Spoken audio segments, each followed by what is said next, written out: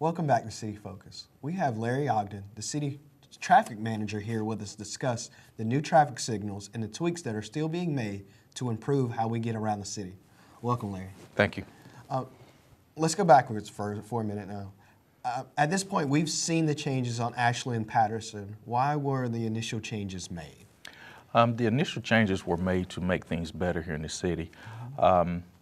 Traffic congestion has increased, traffic volume has increased, so Georgia Department of Transportation has gone in and did some studies, and it's part of an improvement throughout the state to make traffic flow better.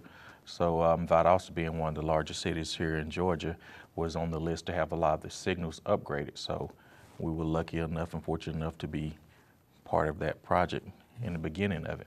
Okay, and like I said, we've seen the changes.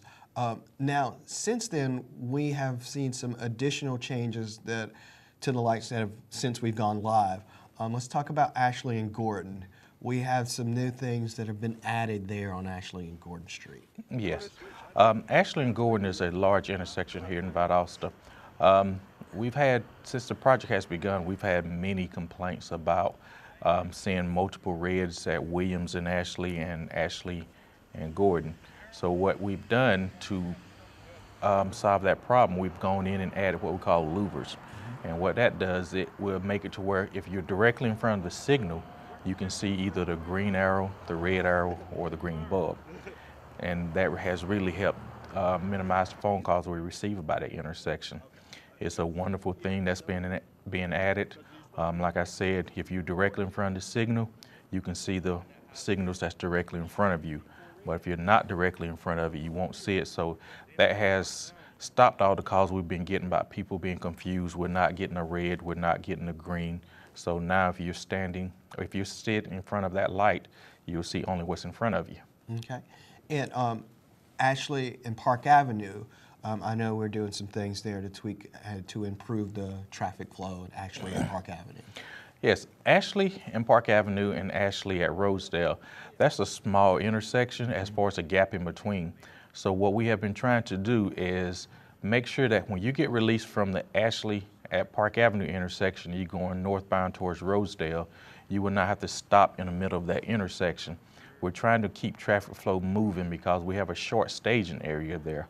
So those two lights should be timed with their progression to change basically at the same time, maybe 2 or 3 seconds afterwards. So once that changes at Ashley and Park Avenue, you should be able to proceed through the Rosedale intersection. Sometimes if there are vehicles already staged in there, you may have to tap your brake a little, but the large majority of it should be flowing good and keep us moving on through that intersection. Okay, now we're just really going north on Ashley Street. Yes. In the 5 Points area, you got Ashley and Smithbriar. What's going on there and some of the issues that you've heard and the improvements we're changing to make that better? Ashley and Smithbriar, once again, it's another large intersection that we have. Just to go back just a little, the progression on Ashley is designed to go northbound. So once you're traveling northbound on Ashley, you should get most of the lights the way it's timed. At Ashley and Smithbriar, some of the complaints we've received, people saying they're not getting a green arrow. Well, what has taken place at those intersections, the Ashley and Smithbriar intersection, if you're in the left turn lane, you will get a green arrow that will indicate you can actually turn left. Now the two green bulbs on the right may not come up, but as long as you have a green arrow or flashing yellow, it's safe for you to proceed through and make that left-hand turn. Now, you should make a left-hand turn on Ashley. Do not cross Ashley. That has changed. You can only make that left-hand turn on Ashley heading southbound. So we're trying to let the public know it could be a little confusing because you may have 2 reds on your right-hand side, but then on your left, you have this flashing yellow. It's only safe when there's no vehicle opposing in the opposite direction for you to make that left-hand turn. Okay. And the last intersection we're going to look at is right there in front of Winn-Dixie on North Ashley Street, right before we turn into North Valdosta Road. Yes. We've had some issues with people saying they're not seeing the arrow to turn into Winn-Dixie. Is that correct? Yes, we have received that complaint several times. The way this intersection is designed, if you pull up to the stop bar and you have 3 reds, 2 red bulbs and a red arrow, if you get there in time, what you will do, you will see a green arrow that will indicate it's safe for you to go ahead and make the left-hand turn. If you do not get there in time, it will go directly from red to a flashing yellow. And what that indicates, once again, it's safe for you to make that left-hand turn only if there's no vehicles coming in the opposite direction. So when you have the 3 reds, you know you must stop. And then when you get the green arrow, that's a protective left. Okay. That means the other traffic in the opposing direction would not be coming at you. So you're safe to go ahead and make your left turn. Then it will go through the progression of, it'll go from your green to your yellow arrow, then it'll go to the red arrow for roughly 2 seconds.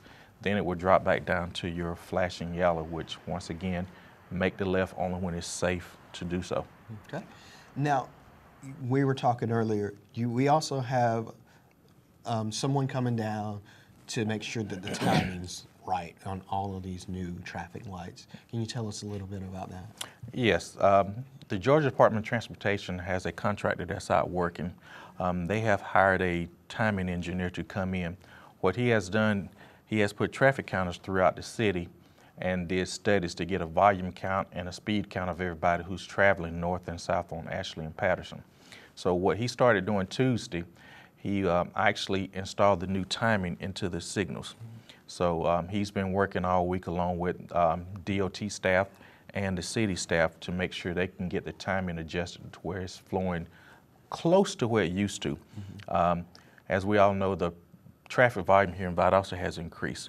So the numbers and the timing that he's putting into the controllers is being dictated by the numbers that he's received from his counts. We just didn't go in and grab numbers out there. These are actual facts and numbers that's being done because of the study. What the public should see is traffic flow on Ashley should be close to the same, if not better. Another change they've done, if you're heading southbound on Ashley, it's a lot friendlier. So the timing engineer tried to balance it out to where you can head northbound and southbound on Ashley fairly smoothly with minimal stops.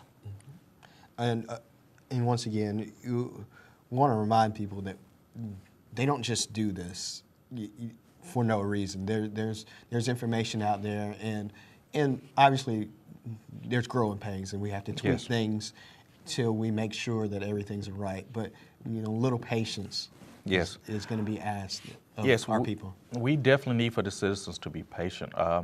A lot of times when we implement new changes, the citizens here are used to it being one way. But it's not to inconvenience the public, it's to make things easier for the public. The growing pains, sometimes they're very painful, but once the project is complete, things will get a lot better. Like I said, the Ashley product is a major upgrade for the city of Valdosta here. I think the citizens are really going to enjoy it. Speaking of improvement, back to the Ashley Smith-Briar, one of the changes that the timing engineer recommended he's going to implement is a larger dial, which is going to give the people on Oak and Patterson more time.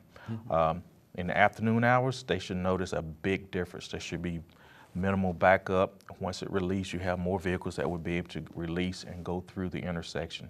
So that's a change that I think the public will really enjoy, and it's going to make that intersection a lot better. Larry, I want to thank you for joining us. Obviously, we have a lot of changes. The city's growing, and we just, we're fixing it. Yes. And that's the main issue, is that these problems are minimal, and they're going to be solved very soon. Yes. Thank you for joining us, and we'll be back here on City Focus.